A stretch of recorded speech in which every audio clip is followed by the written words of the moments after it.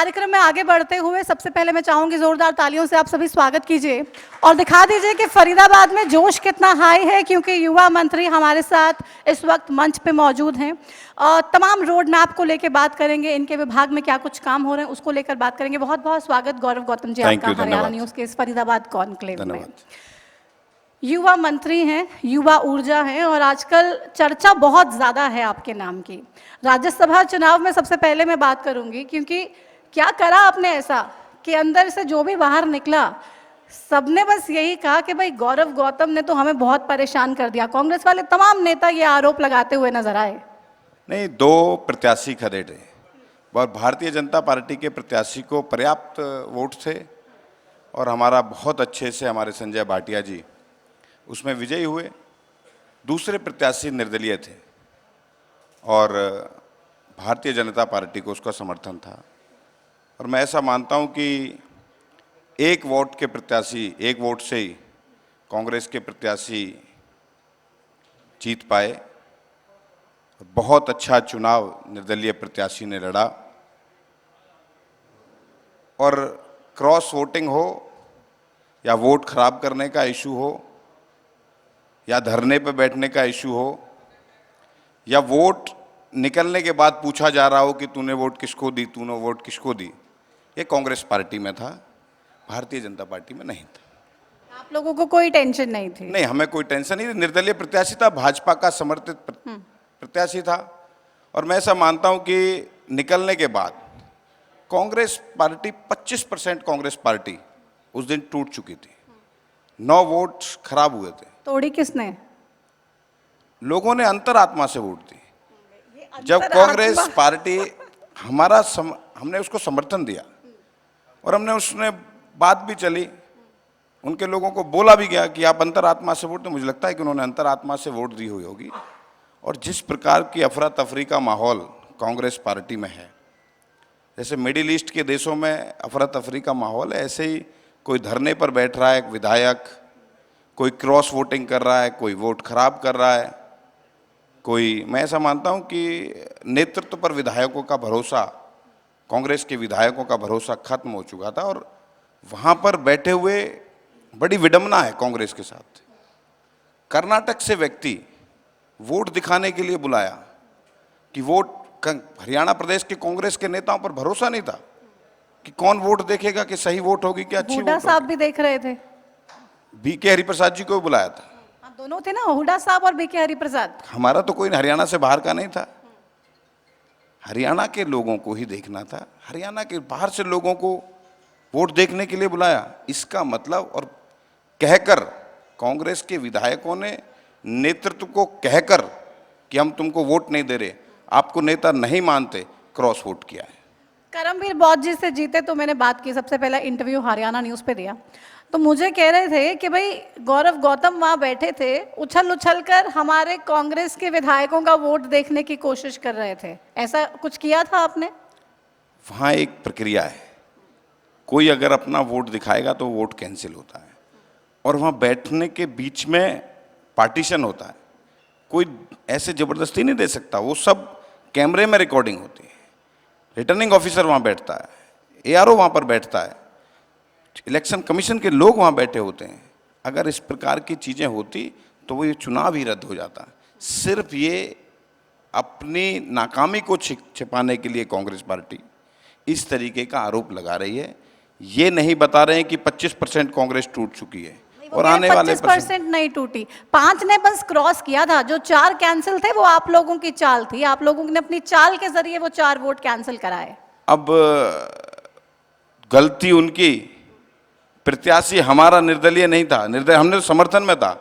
मुझे लगता है कि उस निर्दलीय प्रत्याशी ने उनसे भी वोट मांगा होगा तो उनका शायद कुछ बातचीत हुई होगी। तो आप लोगों की वैसे कोई हमारा कोई लेना देना नहीं। रिटर्निंग ऑफिसर बेहोश भी हो गए थे क्या? कोई बेहोश नहीं हुआ था, कह रहे हैं ये कांग्रेस सब वाले। नहीं, कोई बेहोश नहीं हुआ था। बहुत अच्छा चुनाव हुआ और बहुत अच्छा माहौल अंदर था। हमारे कांग्रेस के वरिष्ठ साथी भी थे, हमने बहुत अच्छे स्वादपूर्ण तरीके से बातचीत भी की। कोई ऐसा माहौल नहीं था जिस प्रकार का एक परसेप्शन बनाया जा रहा है।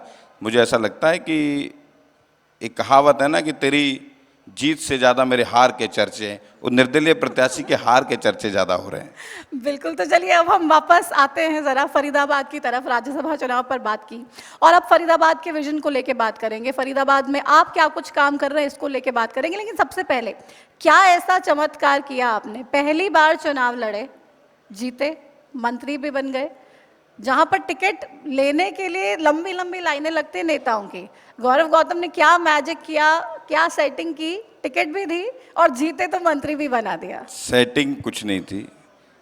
भारतीय जनता पार्टी में काम करते करते और लोकतंत्र में और राजनीतिक जीवन में हर व्यक्ति का अधिकार है टिकट मांगना, और वो हमने प्रयास किया।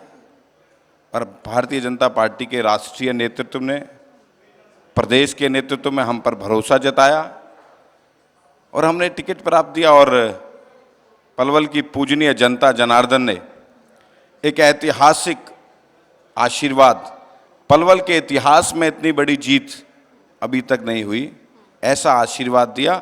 आपके चैनल के माध्यम से पूरी जनता जनार्दन को हाथ जोड़कर पूजनीय जनता का आभार भी व्यक्त करता हूँ। सबसे बड़ी जीत का जिक्र आप कर रहे हैं, सबसे ज़्यादा आशीर्वाद का जिक्र आप कर रहे हैं, लेकिन विरोधी जो कह रहे हैं, आपके ओपोनेंट जिन्होंने चुनाव लड़ा आपके खिलाफ, कि आपने चुनाव जो मांगते हैं, वोट जब मांगते हैं चुनाव में हम, तो कुछ उसके भी रूल रेगुलेशंस होते हैं, उनको ताक पे रख दिया आपने। आपने धर्म के नाम पर वोट मांगे। हमें गर्व है, हम हिंदू धर्म में पैदा हुए हैं और सनातन के लिए काम कर रहे हैं, सनातन के लिए काम करते रहेंगे। तो मतलब डंके की चोट पे है कि हिंदू हैं तो गर्व है। बिल्कुल गर्व है, सनातन के लिए काम करेंगे। फरीदाबाद और पलवल, आप विकास के मामले में पलवल को कहाँ देख रहे हैं? फरीदाबाद से आज के टाइम में थोड़ा पिछड़ा है, पीछे है, या लगातार कंधे से कंधा मिलाकर आगे बढ़ने का प्रयास कर रहा है? मैं ऐसा मानता हूं कि जिस प्रकार की कनेक्टिविटी आज पलवल के अंदर है, शायद ही देश के किसी कोने में होगी। केएमपी हो, केजीपी हो, बॉम्बे एक्सप्रेसवे हो, जेवर एयरपोर्ट हो, रेल कॉरिडोर बनने की तैयारी हो, और आने वाले समय पर सबसे ज़्यादा अगर कोई संभावनाएं विकास की है तो वो पलवल में भी हैं, ज़्यादा पलवल में है। और हमने अभी माननीय मुख्यमंत्री जी से आग्रह करके एक अंतर्राष्ट्रीय स्टेडियम पलवल में बने, उसके लिए हमने बजट में घोषणा कराई है। और पलवल का जो खादर का इलाका है, जो कभी सबसे पिछड़ा हुआ माना जाता था, आज वो सबसे अग्रिम भूमिका में है। आप वहाँ पर 12,000 हेक्टेयर में ग्लोबल ग्रोथ जोन इस प्रदेश के मुख्यमंत्री जी ने इसमें बजट में अनाउंस किया है। आईएमटी पलवल में बने, जिससे हमारे युवाओं को, आने वाली पीढ़ी को रोजगार के नए अवसर खुलेंगे, रोजगार मिलेगा। हमारे युवा साथी अपनी नई नई कंपनियां लगाकर उन मदर यूनिट्स के साथ संपर्क रखेंगे। ऐसा मानता हूं कि खेल का क्षेत्र हो या डेवलपमेंट की ब्यार हो, वो पलवल के अंदर अब बहने वाली है।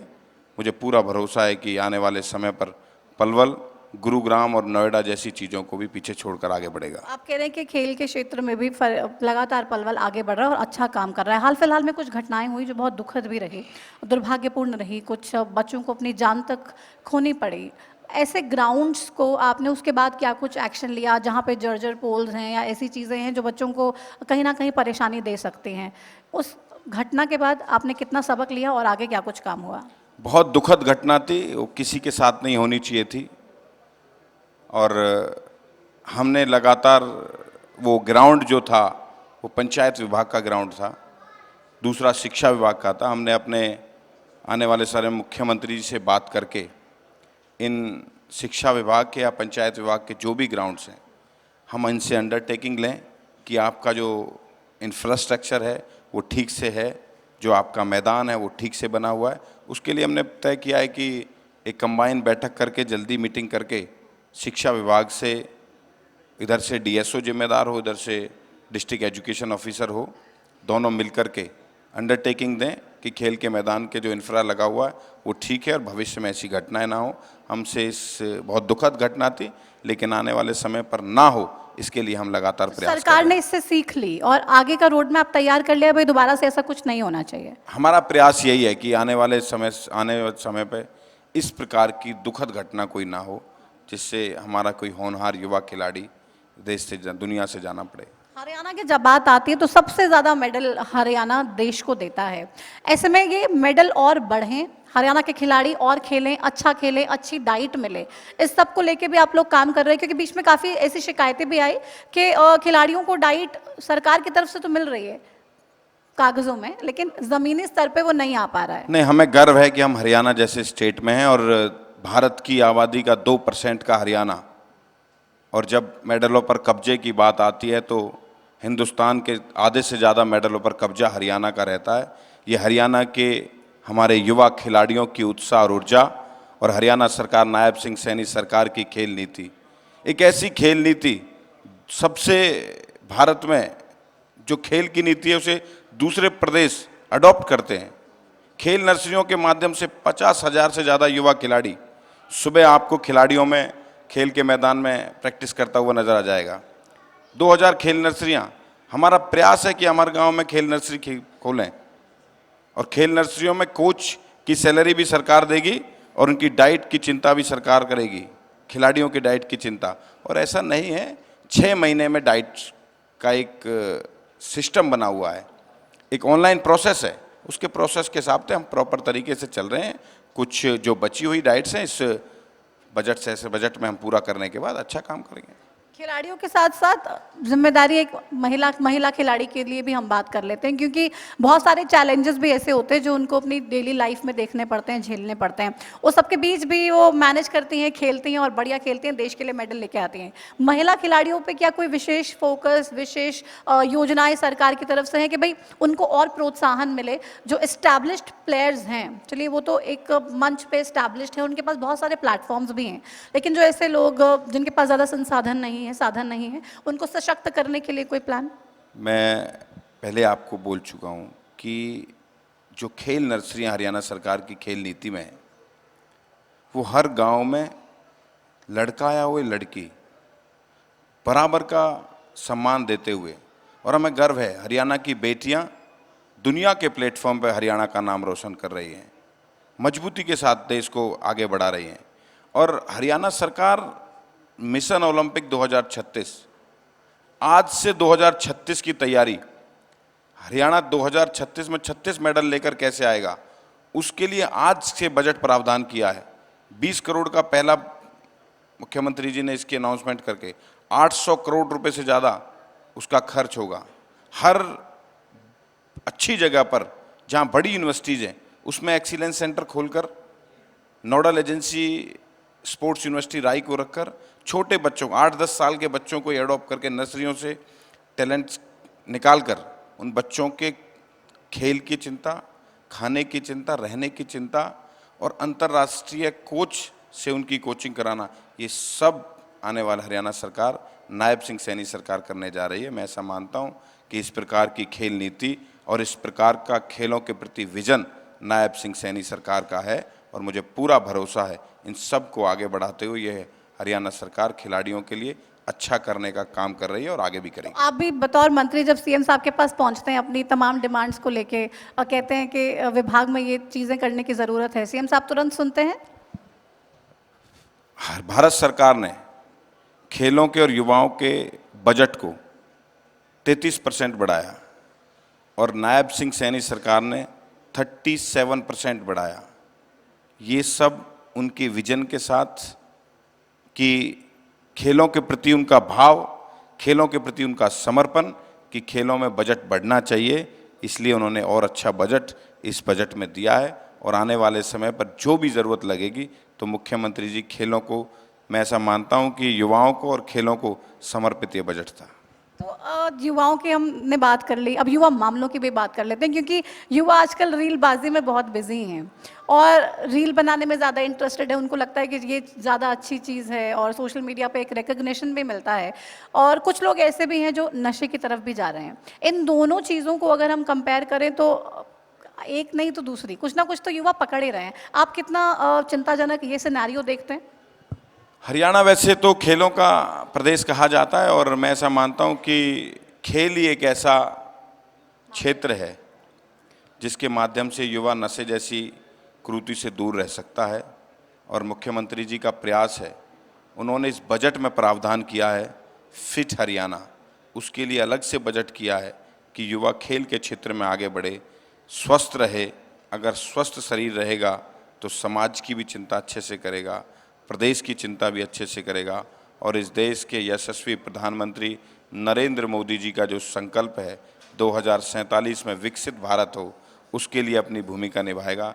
और समय समय पर नशा मुक्त हरियाणा को लेकर इस प्रदेश के मुख्यमंत्री लगातार मैराथन्स के माध्यम से या अलग अलग सेमिनार्स के माध्यम से लगातार प्रयास कर रहे हैं कि हरियाणा प्रदेश के युवा जागरूक रहें और रहते भी हैं। आप अपनी फिटनेस पे कितना ध्यान देते हैं? वर्कआउट करते हैं रोज? कोशिश करता हूं कि डेली हो जाए, लगातार प्रयास है। तो हेल्दी लाइफस्टाइल कितना इम्पोर्टेंट है? मतलब क्योंकि आजकल तो हम फ़ोन में इतना ज़्यादा व्यस्त हो जाते हैं कि सोचते हैं चलो क्या ग्राउंड में जाना। कुछ लोग ऐसे भी हैं हरियाणा में, भले ही खिलाड़ियों का हब हो, लेकिन एक सेगमेंट ऐसा भी है जो ज़्यादा फ़ोन में टाइम बिजी रहता है, फ़ोन में टाइम बिताना ज़्यादा उसको लगता है अच्छा। हमारे बड़ों की, हमारे बुजुर्गों की एक कहावत है, सबसे पहला सुख निरोगी काया। आपके चैनल के माध्यम से भी मेरा सभी हरियाणा प्रदेश के युवाओं से आग्रह है कि खेलों के क्षेत्र में, व्यायाम के क्षेत्र में पूरा ध्यान दें। अगर शरीर स्वस्थ रहेगा तो वो अच्छे कामों में अपने परिवार को, अपने इलाके को, अपने देश को, अपने प्रदेश को आगे बढ़ाने में अपनी भूमिका निभा पाएंगे। युवा मंत्री है सबसे, तो एक चैलेंज रहता है कैबिनेट में कि कैसे काम करूं, या फिर कुछ सजेशन देते हैं तो लोग लेते हैं सीरियसली कि युवाओं को बहुत ज़्यादा तवज्जो दे रहे हैं जैसे मोदी जी, तो आपकी भी तमाम चीज़ों को बहुत गंभीरता से सुनते हैं। दुनिया का सबसे युवा देश है भारत, और युवाओं की बात को सबसे ज़्यादा सीरियस प्रदेश के मुख्यमंत्री और इस देश के यशस्वी प्रधानमंत्री लेते हैं। हर योजना का केंद्र बिंदु युवा ही है, हर खेल नीति का बिंदु युवा ही है। मैं ऐसा मानता हूं कि कैबिनेट में जो भी सुझाव हम देते हैं वो सब मानते हैं मुख्यमंत्री जी, वो भी युवाओं के लिए अच्छा काम करना चाहते हैं और हम भी युवाओं के लिए अच्छा काम करना चाहते हैं। अच्छे सुझाव माने जाते हैं सफल प्लेटफॉर्म पर। आजकल क्राइम की बहुत ज़्यादा घटनाएं सामने आ रही हैं, अब सरेआम गोलियां चला दी जाती हैं और रंगदारी की बहुत सारी वारदातें भी आ रही हैं। उन सब को लेके चिंता होती है या सरकार उसके लिए गंभीर है? नहीं, सरकार लॉ एंड ऑर्डर, जिस प्रकार की चीज़ें सरकार के सामने आती हैं, आपराधिक चीज़ें, उस पर कार्रवाई करने का काम पुलिस करती है। अगर इस प्रकार की चीज़ों को बढ़ावा नहीं देना चाहिए, अगर ऐसी चीज़ें आती हैं सरकार कार्रवाई भी करती है, और समय समय पर जिस भाषा में अपराधी समझता है उस भाषा में अपराधी को समझाने का काम भी करती है पुलिस। हम देख रहे हैं बहुत सारे एनकाउंटर्स भी लगातार चलते हैं और ऐसे अभियान चलाए जा रहे हैं जिससे तमाम क्रिमिनल्स जो भी उनको ट्रैक करके तुरंत गिरफ्तार किया जाए। ये पुलिस की मुस्तैदी और सरकार की नीति, जो जिस भाषा में अपराधी समझेगा उसी भाषा में समझाया जाएगा। पुलिस की मुस्तैदी है, लेकिन आपने देखा पिछले दिनों अल फलाह यूनिवर्सिटी को जिस तरीके से आतंकियों ने अपना ठिकाना बनाया, तमाम देश के खिलाफ प्लानिंग यहाँ से की गई, तो फरीदाबाद को उसके लिए क्यों चुना गया, या सबसे सेफ एरिया फरीदाबाद को माना आतंकियों ने देश के खिलाफ गतिविधियाँ प्लान करने का? आतंकी अपना सॉफ्ट चीज़ ढूंढते हैं जहाँ वो आसानी से घुस सकें, और कुछ जो युवा आतंकी बने हैं, बड़ा दुखद है, फरीदाबाद का नाम भी उसमें खराब हुआ है। लेकिन सरकार ने कार्रवाई करते हुए उनको उनकी कानून के मुताबिक सज़ा भी मिलेगी, उनको जेल के पीछे भी भेज दिया है। और अल फलाह यूनिवर्सिटी जो एक आपराधिक गतिविधियों का अड्डा बनती जा रही थी, उस पर सरकार ने यूनिवर्सिटी एक्ट में अमेंडमेंट करके उसको कब्जे में लेकर एडमिनिस्ट्रेशन भी बैठा दिया है। एडमिनिस्ट्रेटर बैठ के अब उस पूरी यूनिवर्सिटी को देखेंगे, और आने वाले समय में भविष्य में ऐसे विश्वविद्यालय कोई आपराधिक और आतंकी गतिविधियों का अड्डा ना बने, उस पर सरकार मुस्तैदी से काम करेगी।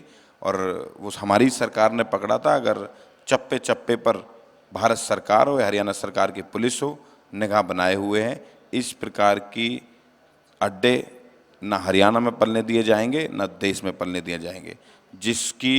जो जिस भाषा में समझेगा उसी भाषा में सरकार और देश उसको करने के लिए तैयार है। लेकिन कुछ गलत नहीं होने देंगे आप हरियाणा में। अब किसानों को लेके अक्सर लगातार विपक्ष भी सवाल उठाता है, आरोप लगाता है कि आपकी सरकार उनके साथ जस्टिस नहीं कर रही है। और हम देखते हैं पलवल में भी अलग अलग तस्वीरें ऐसी सामने आती है जब किसान आरोप भी लगाते हैं या फिर ये कहते हैं कि भाई हमें मंडियों में जाके बहुत सारी समस्याओं का सामना भी करना पड़ रहा है। नहीं, हम सरकार लगातार इस प्रकार की चीज़ों पर निगाह बनाए हुए हैं और इनजस्टिस किसी के साथ नहीं होता। सरकार लगातार समाज के प्रति आपराधिक गतिविधियों में जो रहेगा उस पर कार्रवाई, ठोस ही कार्रवाई होगी और पूरे जस्टिस के साथ होगी। न्याय, जिसके साथ अन्याय हुआ उसको न्याय मिलेगा और जिसने अन्याय किया उसको उसकी पूरी सजा मिलेगी। हम फरीदाबाद की बात करते हैं और जब बीजेपी की बात करते हैं तो एक और भी बात है वो अपने आप निकल के सामने आ जाती है कि भाई बीजेपी तो बहुत ही डिसिप्लिन वाली पार्टी है, सारे नेता बहुत ही प्रेम प्यार से रहते हैं, लेकिन 3 नेताओं का प्रेम ज़्यादा दिखता है। गौरव गौतम, राजेश नागर साहब सामने बैठे हैं, आपका स्वागत भी, और विपुल गोयल जी भी। तो ये दोस्ती कुछ ज़्यादा गहरी है? भारतीय जनता पार्टी का हर कार्यकर्ता और फरीदाबाद लोकसभा का हर कार्यकर्ता अपने अपने तरीके से सरकार को मजबूत करने में लगा हुआ, भारतीय जनता पार्टी को मजबूत करने में लगा हुआ। इस देश के प्रधानमंत्री नरेंद्र मोदी जी का संकल्प, इस प्रदेश के मुख्यमंत्री नायब सिंह सैनी का संकल्प, अंतिम व्यक्ति तक सरकार की योजनाएं कैसे पहुंचें, अंतिम व्यक्ति तक सरकार की योजनाओं का लाभ कैसे मिले, हमारा प्रयास है। गरीबी मुक्त जो नारा इस देश के प्रधानमंत्री ने दिया है, 25 करोड़ से ज़्यादा लोगों को गरीबी रेखा से मुक्त करा चुके हैं, तो उस पर काम कर रहे हैं। हम नेता, भारतीय जनता पार्टी का कार्यकर्ता अनुशासन के साथ रहता है, अनुशासन के साथ काम करता है और अनुशासन के साथ काम करता ही रहेगा। लेकिन आप तीनों साथ में रहते तो कुछ लोगों को ऐसा लगता है कि भाई इतना साथ में क्यों है, क्योंकि आपने मुझे क्लियर कट जवाब दिया नहीं, इसलिए दोबारा से पूछ रही हूँ। ट्यूनिंग कैसे है आप तीनों की, और फरीदाबाद के लिए कितना फायदेमंद है, फरीदाबाद लोकसभा के लिए, हम पलवल फरीदाबाद के विकास के लिए, पलवल के विकास के लिए हम एक ही लोकसभा से आते हैं, तो ऐसा नहीं, हमारा सबके साथ बहुत अच्छा संबंध है। और ये दोनों नेता मेरे से सीनियर हैं, पुराने समय से जानते हैं। हमारा हर नेता का समन्वय अच्छा है, कोई कमी किसी में नहीं है। तो जब गाना गाते हैं आप तीनों एक साथ खड़े होके, आपको भी शौक है गाना गाने का, या जो तीनों एक साथ खड़े होते तो वो गाने अपने आप आ जाते? अरे वो तो गाने बड़े भाई हैं, वो सब गाते हैं, तो हम तो उसमें हिस्सा बन जाते हैं। तो बड़े भाइयों के पीछे पीछे गौरव गौतम चलते हैं। बिल्कुल बिल्कुल।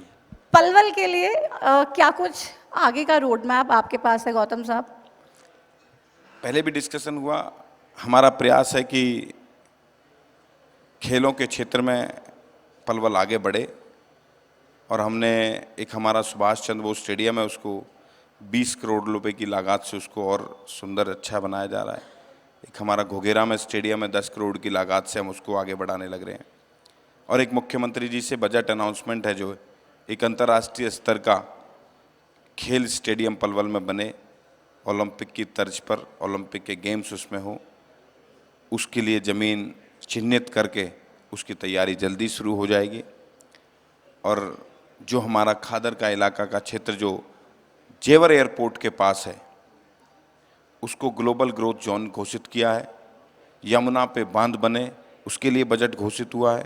IMT बनने की तैयारी शुरू हो गई है। मुख्यमंत्री जी से हमने अनाउंसमेंट कराई थी, जल्दी हम उसको पूरा करने के लिए हमारी जो आगरा कैनाल के साथ साथ जो फरीदाबाद तक रोड है उसको आगे तक हम ले जाएं, पलवल तक, जो ट्रैफिक भी कम रहे और उसको उपयोग में हमारे लोग लेकर आएँ। अलग अलग क्षेत्र में यूथ हॉस्टल बनना हो, विश्वकर्मा स्किल यूनिवर्सिटी में नए कोर्सेज लाने हो, ITI और इस सब को जौहरी प्रणाली के साथ, ड्यूल सिस्टम के साथ, कंपनियों के साथ हमारी ITIs को कैसे जोड़ा जाए, उसकी तरफ काम आगे बढ़ रहा है। यमुना पे बांध तो बना लेंगे, लेकिन यमुना साफ कर पाएंगे क्या? हरियाणा में भी आपकी सरकार, दिल्ली में भी आपकी सरकार, अब ये हो पाएगा? जो संकल्प लिया है मोदी सरकार ने, दिल्ली की सरकार ने, हम भी उसमें शामिल हैं, हरियाणा सरकार भी करेगी। पलवल की एक और बड़ी समस्या है, मार्केट्स में इतना ज़्यादा इंक्रोचमेंट है कि लोग बहुत ज़्यादा परेशान होते हैं कि भाई मार्केट में निकलने का रास्ता ही नहीं है। इतनी ज़्यादा दुकानों के बाहर लोग अपनी इंक्रोचमेंट कर लेते हैं, और उसको रोकने के लिए कुछ काम वाम किया गया है? लगातार प्रशासन के लोग उस पर कार्रवाई भी करते हैं और व्यापारी भाई सब अपने हैं, हम भी उनसे निवेदन और आग्रह करते हैं, हर प्रकार से जब मिलते भी हैं कि वो इंक्रोचमेंट ना करें, आम जनमानस को कोई समस्या ना हो, तो उसके लिए लगातार हम प्रशासन भी अपनी कार्रवाई करता है, जागरूकता के माध्यम से उनको जागरूक भी किया जाता है और जनप्रतिनिधि जो हमारे होते हैं उनसे भी आग्रह किया जाता है कि भाई अपने दुकानदार भाई बहन हो या आसपास के हमारे रहने वाले व्यापारी भाई हो, उनको समझाया जाए कि इस प्रकार के इंक्रोचमेंट ना हो। लोग मानते भी हैं और अच्छा करने का प्रयास भी वो थोड़ी देर करेंगे। के लिए मानते हैं, फिर दोबारा से इंक्रोचमेंट शुरू हो जाती है। लगातार प्रयास रहता है, ये चीज़ें निरंतर चलती आ रही हैं, कोई आज से नहीं, पहले से ही जब से हमारे लीडरशिप रही है तब से ही कुछ चीज़ें होती हैं, हटती हैं, बनती हैं, बिगड़ती हैं, प्रयास करते हैं, अच्छा होता है, अच्छा करने का प्रयास है। एयर पोल्यूशन, हालांकि अभी तो मौसम बड़ा अच्छा है, एयर क्वालिटी बहुत अच्छी है, लेकिन ओवरऑल ये कितनी बड़ी चुनौती है, क्योंकि आप देखिए कि इतना ज़्यादा पोल्यूटेड हो जाती है एयर, और कि सांस तक नहीं ले पाते हैं। एयर प्योरीफायर्स के बिना काम चलता नहीं है। युवाओं के लिए चुनौती है, आने वाली पीढ़ी के लिए चुनौती है, एयर पॉल्यूशन ठीक रहे। आपके चैनल के माध्यम से यही आग्रह है, युवाओं से भी, आने वाली पीढ़ी से भी, हमारे बुजुर्गों से भी, हमारे बड़ों से भी, कि ज़्यादा से ज़्यादा पेड़ों के प्रति लोगों को जागरूक करें। इस देश के प्रधानमंत्री ने जो शुरुआत करी है, एक पेड़ माँ के नाम, उस अभियान में जुड़ें, ज़्यादा से ज़्यादा पेड़ लगाएं। वही एक ऐसा है जो हमें आने वाले समय पर पॉल्यूशन से बचा सकता है। तो आप तमाम युवाओं से मेहनत करो, कसरत करो के साथ साथ एक पेड़ भी लगाओ, क्योंकि आपके चैनल के माध्यम से सभी युवाओं से आग्रह है, एक पेड़ माँ के नाम, जिस देश के प्रधानमंत्री नरेंद्र मोदी जी का जो अभियान है उसमें जुड़े। अच्छा, जो हमारा मुखिया होता है ना, उसकी हमें वैसे तो सारी बातें अच्छी लगती हैं, लेकिन गौरव गौतम जी को नायब सैनी, हरियाणा के मुख्यमंत्री, एक ऐसी कौन सी बात है जो सबसे ज़्यादा अच्छी लगती है और आपको लगता है कि बीजेपी के लिए ये चीज़ बहुत ज़्यादा बेनिफिशियल है? मृदुभाषी, सरल, सौम्य, लोगों से मिलना, तुरंत काम करना। तुरंत काम करते हैं। यस। तो आपको लगता है कि सैनी साहब आगे लगातार भारतीय जनता पार्टी को लेके जाएंगे? बिल्कुल नेतृत्व कर रहे हैं, आगे भी नेतृत्व करते रहेंगे हमारा। कांग्रेसी को, कांग्रेस वाले जितने भी हैं, उनको कोई स्कोप दे रहे हैं कि आगे चुनाव में लड़ सकते हैं, सरकार बना सकते हैं? कोई उम्मीद करे कि नहीं? मुझे नहीं लगता है, मुझे नहीं लगता। क्यों?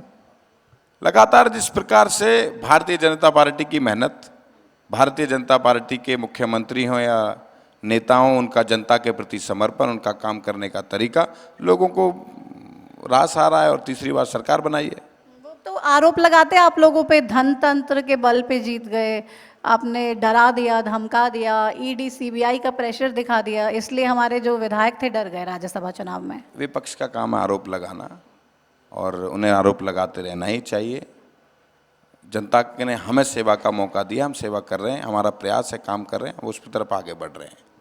बहुत से ऐसे भी खिलाड़ी होते हैं जिनको एक सही दिशा नहीं मिल पाती है, कंफ्यूजन में रह जाते हैं कि भाई हम ये करना तो चाहते हैं लेकिन कैसे करें वो मालूम नहीं। आपके पास कोई ऐसे लोग आते हैं जिनको रास्ता पता नहीं है, आप रास्ता दिखाने की कोशिश करते हैं और सही लोगों से कनेक्ट करा के उनके ब्राइट फ्यूचर के लिए पूरी प्लानिंग तैयार करते हैं। लगातार जिस प्रकार के खिलाड़ी हमें मिलते भी हैं, समय समय पर जहाँ भी घर हो या उनके बीच में जाना हो, लगातार हम उनके बीच में जाना भी होता है। किसी भी प्रकार की कमी अगर उनको लगती है, चाहे उनके प्रशिक्षण से लेकर चाहे उनके सही रास्ते तक, हमारे कोचेज भी अच्छा रास्ता दिखाते हैं, हमारा विभाग भी अच्छा दिखाता है और उनको प्रोत्साहित करने के लिए हम समय समय पर स्कॉलरशिप हो या उनकी प्रोत्साहन राशि हो, उसको देकर वो सही रास्ते पर चलते भी हैं। बहुत अच्छा काम हरियाणा के खिलाड़ी कर रहे हैं। आपका फेवरेट स्पोर्ट कौन सा है? क्रिकेट। क्रिकेट तो खेलते हैं कॉन्स्टिट्यूएंसी के युवाओं के साथ? मौका लगता है जब खेलते हैं। मौका लग पाता है क्योंकि काम तो बहुत ज्यादा होता नहीं, है पूरे। लगता है। लगता है। तो जीतते हैं या हार जाते हैं? अब आपस में फ्रेंडली मैच खेलते हैं, कोई जीत हार नहीं है। तो अपने काम काज को बढ़िया नंबर दे रहे हैं। आपको लग रहा है कि बतौर खेल मंत्री, युवा मामलों के मंत्री, आप जस्टिस कर रहे हैं, अच्छा काम कर रहे हैं? अपना पूरा देने का काम कर रहे हैं, जितना बेस्ट हम दे सकते हैं सरकार के लिए, समाज के लिए, लोगों के लिए अच्छा करने के लिए, वो हम बेस्ट देने का प्रयास कर रहे हैं। बाकी तो अच्छा करना, हम अच्छा सोचना हमारा काम है, वो हम कर रहे हैं। तो कर्म करो, फल की चिंता ना करो। गौरव गौतम भी उसी स्ट्रैटेजी पे चल रहे हैं। बिल्कुल। चलिए, बहुत शुक्रिया अपना समय देने के लिए और इस तमाम बातचीत के लिए। तो गौरव गौतम साहब को सुना आपने, जो ये साफ तौर पे कह रहे हैं कि हम अपने कर्म करने की दिशा में आगे बढ़ रहे हैं और कर्म लगातार इंसान को करने चाहिए। बतौर खेल मंत्री तमाम इनके प्रयास यही हैं कि हरियाणा के खिलाड़ियों को किसी तरीके की कोई परेशानी ना आए, जिसको प्रोत्साहन की कमी लगे उसको सरकार लगातार प्रोत्साहित करने की कोशिश भी करती है, काम भी करती है। वर्ल्ड लेवल इंफ्रास्ट्रक्चर हरियाणा में क्रिएट करने का प्लान भी है। ओलंपिक 2036 में 36 मेडल लाने का भी हरियाणा का प्लान है। इन तमाम चीज़ों में कितने सक्सेसफुल हो पाएंगे और तमाम चुनौतियों को कैसे पार कर पाएंगे, इसका जवाब हमारे साथ गौरव गौतम जी थे, उन्होंने दिया।